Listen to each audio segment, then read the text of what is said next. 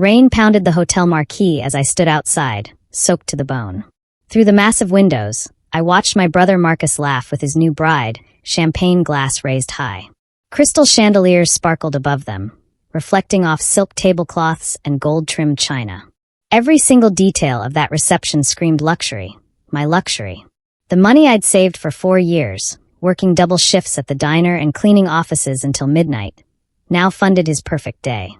My hands trembled with rage as I pressed them against the cold glass.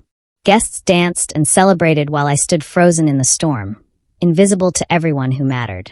My chest burned with humiliation. How could they do this to me? My parents had promised to keep my savings safe. Instead, they'd handed it all to Marcus without asking. That night, drenched and trembling, I made a silent vow.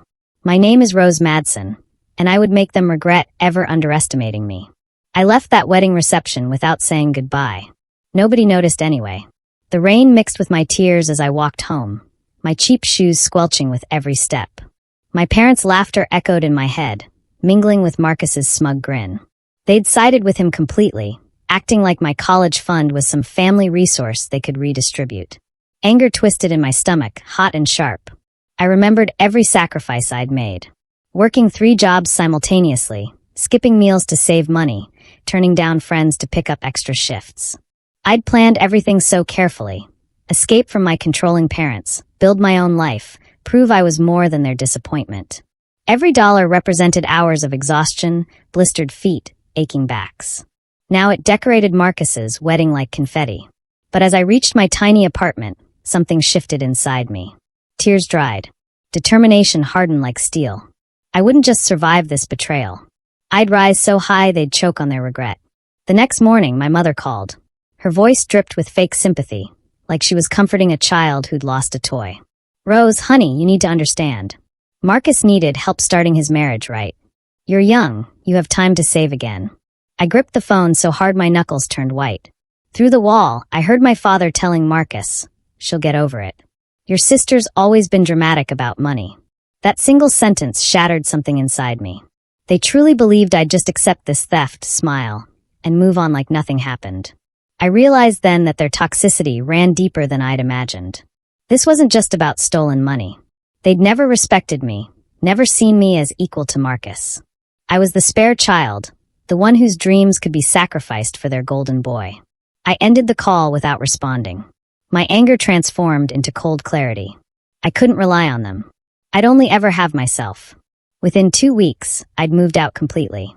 My new apartment was tiny, barely room for a bed and desk, but it was mine.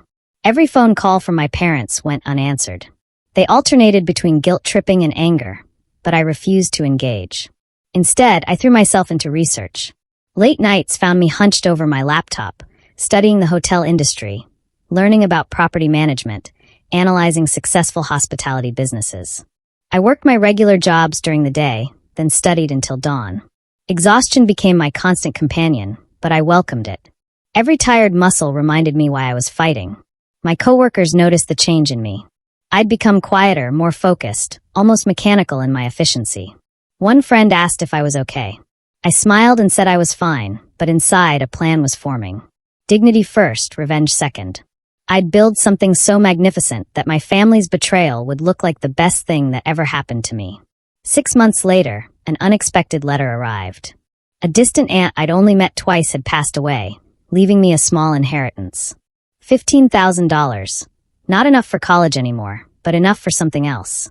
I spent weeks researching properties, driving through neighborhoods, analyzing potential.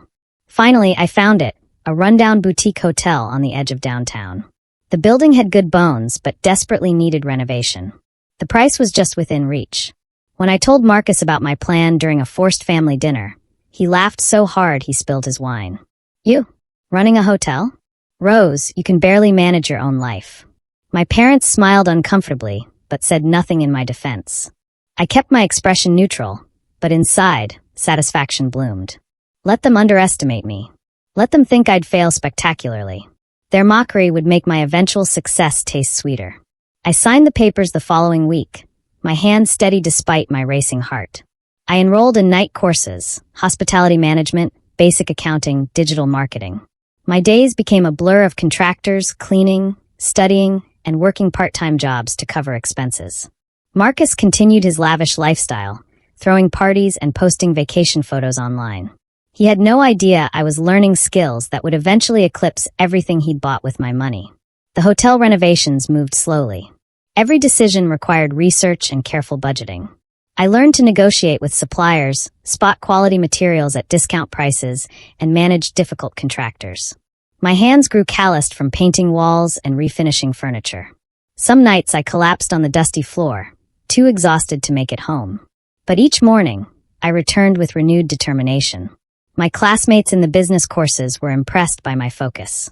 Professors noticed my dedication. One instructor pulled me aside, saying I had natural instincts for the industry. Those words fueled me through the hardest days. Then disaster struck. The contractor I'd hired to renovate the bathrooms tried to charge triple the agreed price, claiming unexpected complications. When I refused to pay, he abandoned the job halfway, leaving exposed pipes and torn-up floors. I discovered he'd actually created the complications deliberately, sabotaging my project to extort more money. Standing in that ruined bathroom, I nearly broke down. My savings were gone. I had no way to fix this mess. Tears of frustration burned my eyes as I calculated my options. For a moment, rage consumed me. Rage at the contractor, at Marcus, at my parents, at the universe itself. But then clarity struck. This wasn't just about money anymore. It was about control, dignity, and strategy. I filed complaints against the contractor, documented everything, and found a retired plumber willing to teach me basic repairs in exchange for helping with his paperwork. I'd fix this myself if necessary. Nobody would break me. Just as I got the renovations back on track, a larger hotel 2 blocks away launched an aggressive campaign to poach potential customers. They undercut prices and spread rumors about my hotel's quality before I'd even opened. I watched potential bookings evaporate.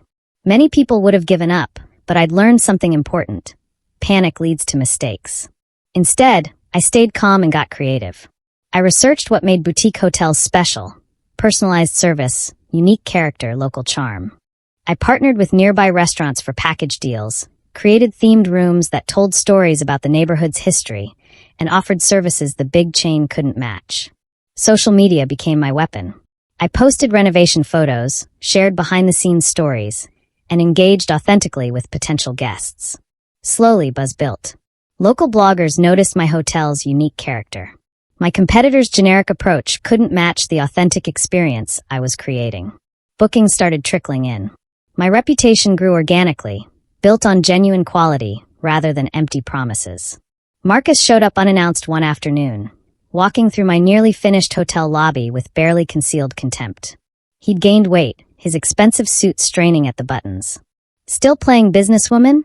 he smirked, running his finger along a windowsill checking for dust. "This is cute, Rose. Really?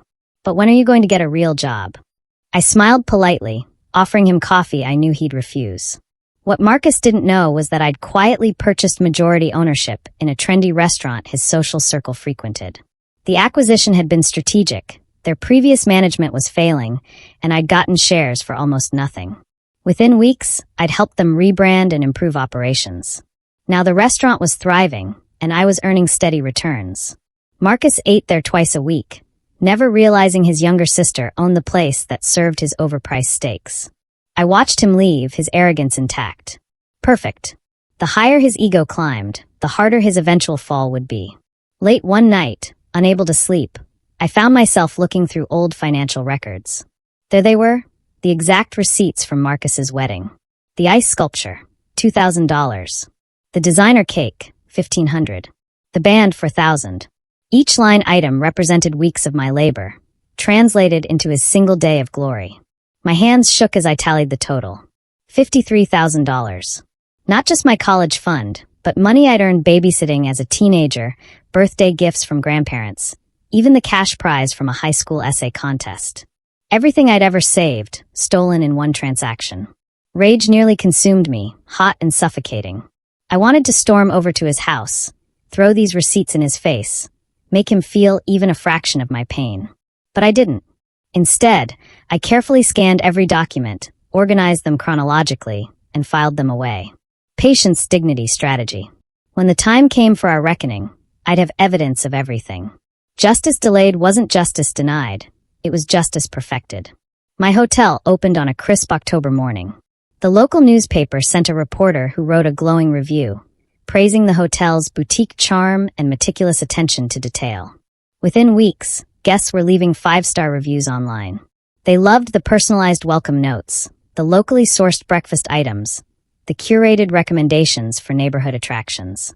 Travel bloggers featured my hotel in hidden gems lists. A lifestyle magazine photographed the renovated rooms for a feature on emerging entrepreneurs. My phone rang constantly with booking requests. Marcus saw one of the articles. I know because he posted a sarcastic comment on the online version. My little sister, thinking she's a tycoon now. His friends liked the comment. But beneath his mockery, I detected something new, uncertainty. He was starting to realize I wasn't failing. That uncertainty was a crack in his armor, and I planned to wedge it wide open. My success wasn't luck or accident. It was calculated, earned, inevitable. Marcus tried to undercut me by offering deep discounts at a property he'd invested in, a generic vacation rental he managed poorly. He advertised rates 20% below mine, assuming guests only cared about price.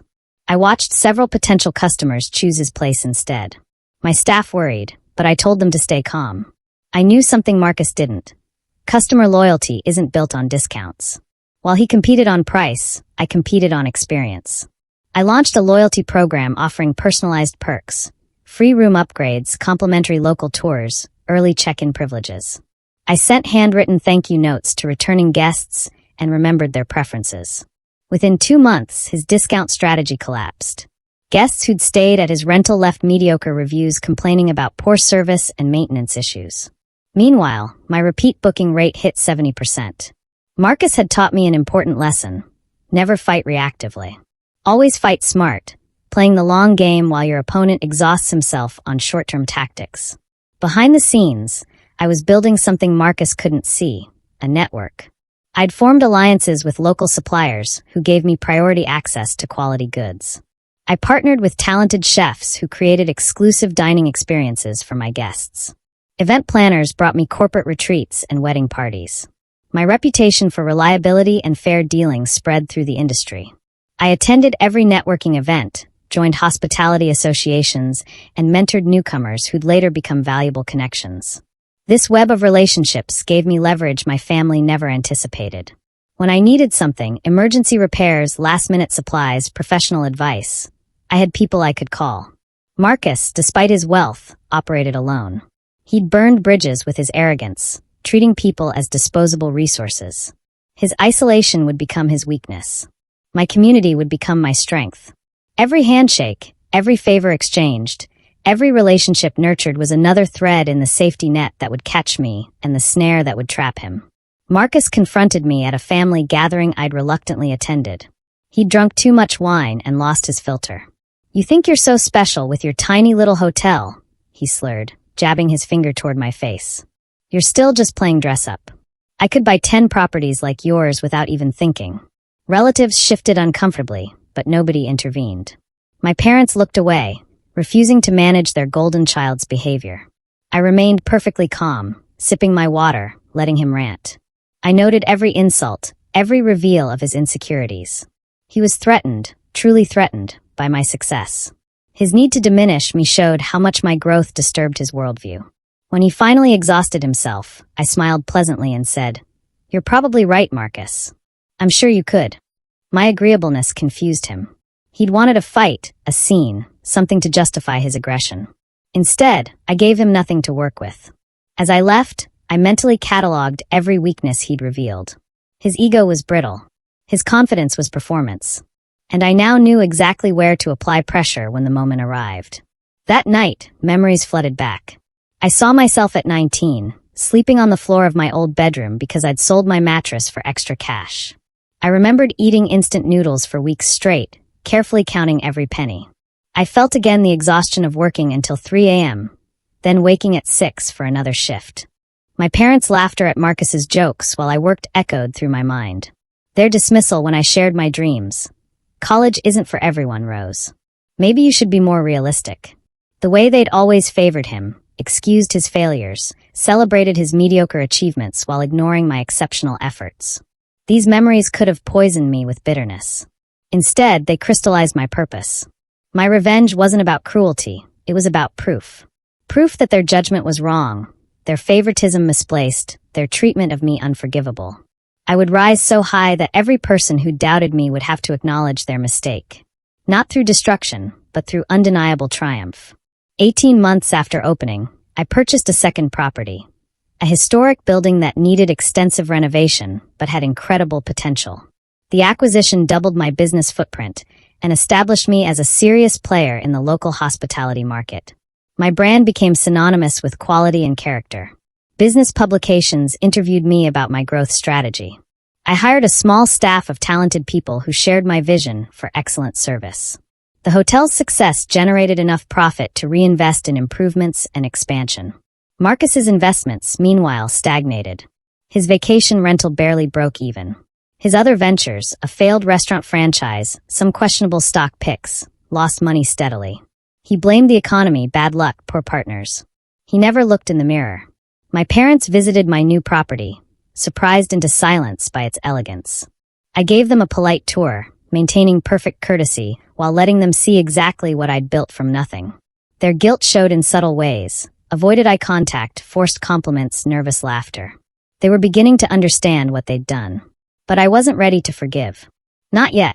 My parents started calling more frequently, their tone shifting from dismissive to almost pleading. They wanted to be part of my success now, claiming they'd always believed in me. "We always knew you were special, Rose," my mother said, her voice syrupy with revisionist history. I stayed polite but distant, letting them see my power without giving them access to it. During one visit, my father awkwardly offered business advice I hadn't asked for. I thanked him with a smile that didn't reach my eyes.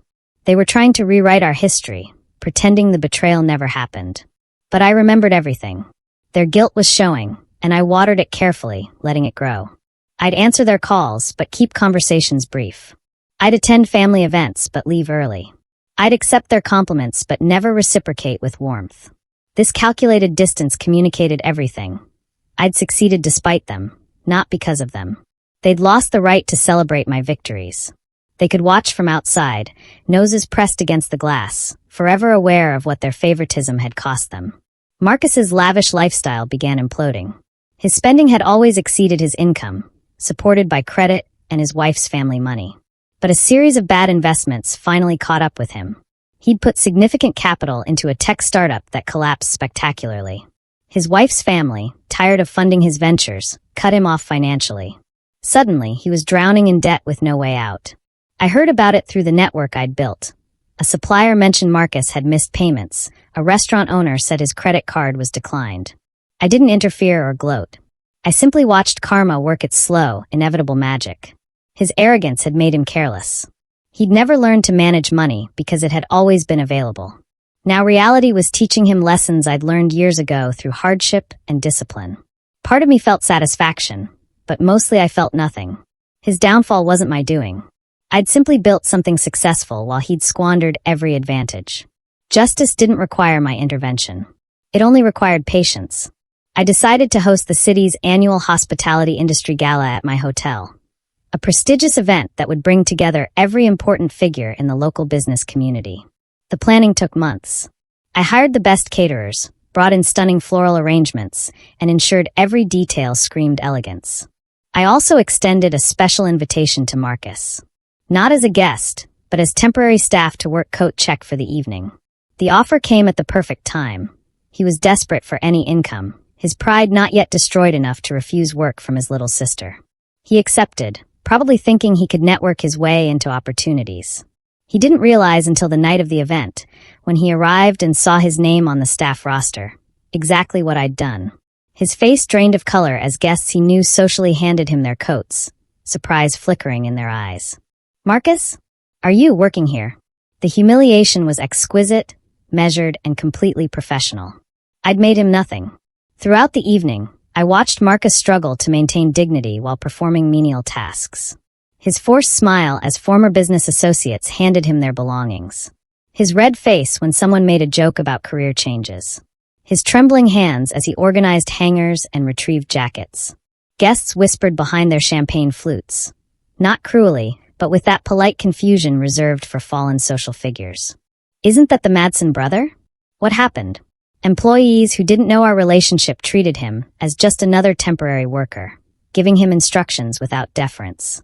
I remained composed throughout, playing the perfect hostess, accepting congratulations on my hotel's success. I didn't gloat or reference our history. My demeanor stayed gracious and professional. That's what made it perfect. His humiliation wasn't from my cruelty. It was from the natural consequence of our divergent paths. He'd stolen my future to fund his fantasy. Now he was serving coats at my triumph. The symmetry satisfied something deep in my soul. Revenge delivered with class cuts deepest because the humiliated person has no villain to blame but themselves. The following week, my parents called in full panic mode. Marcus's financial collapse had accelerated, threatening foreclosure on their house. He'd apparently taken loans in their name. They needed help desperately and had nowhere else to turn. My mother cried on the phone, begging me to loan Marcus money to save them all.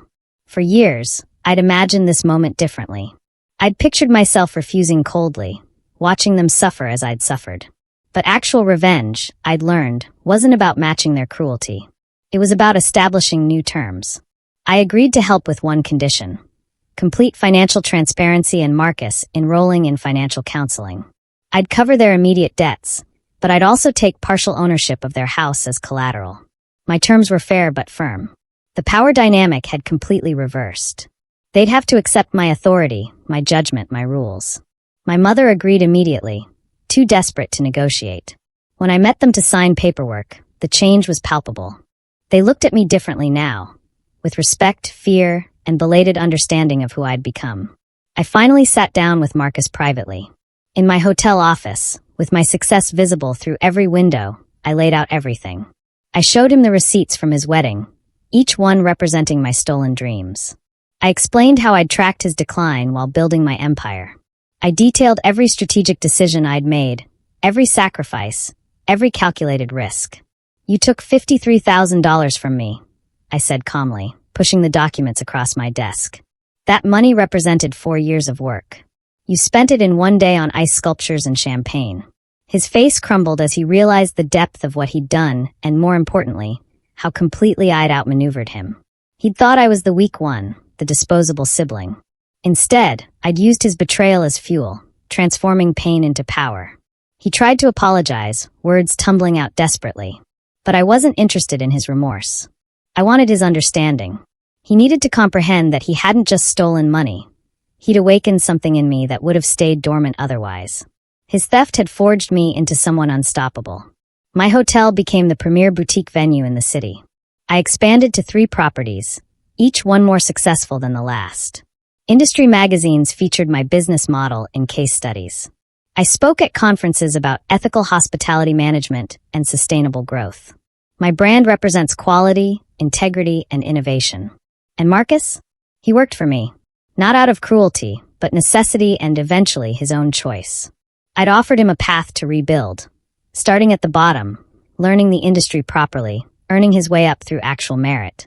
He cleaned rooms, worked maintenance, and served guests. Every task taught him lessons he'd never learned through privilege. Some former friends saw him and smirked. Others, surprisingly, respected his humility in starting over. Slowly, grudgingly, he began to understand what work actually meant. Our relationship would never be warm, but it became honest. He knew exactly where he stood. I'd given him more than he'd given me, a chance to earn dignity through effort rather than inheritance. I hosted an event celebrating emerging entrepreneurs, inviting young people who reminded me of my younger self. Hungry, talented, underestimated. My family attended, sitting quietly in the audience. I gave a speech about integrity, patience, and perseverance. I talked about setbacks and betrayals without naming names, but everyone in that room who knew our history understood exactly what I meant. "Success isn't about revenge," I said, looking directly at my parents. "It's about proving that the people who doubted you were wrong. It's about building something so undeniable that your worth becomes obvious to everyone, including yourself." My mother wiped away tears. My father stared at his hands. Marcus sat in the back row, his server uniform still on from his shift, listening intently. The shame on their faces was palpable, but I felt no satisfaction in their pain. I felt free. I'd proven everything I needed to prove. Their opinions no longer defined me because my success spoke louder than their judgments ever could. I stood in my original hotel lobby, now fully renovated and thriving beyond my initial dreams. Through the windows, I watched Marcus finishing his shift, carefully mopping floors with the same dedication I'd once brought to my lowest jobs. My parents visited occasionally, still trying to bridge the gap their choices had created. I was cordial but boundaried. They were family, but they'd lost the right to intimacy. The college fund they'd stolen had become something better than a degree.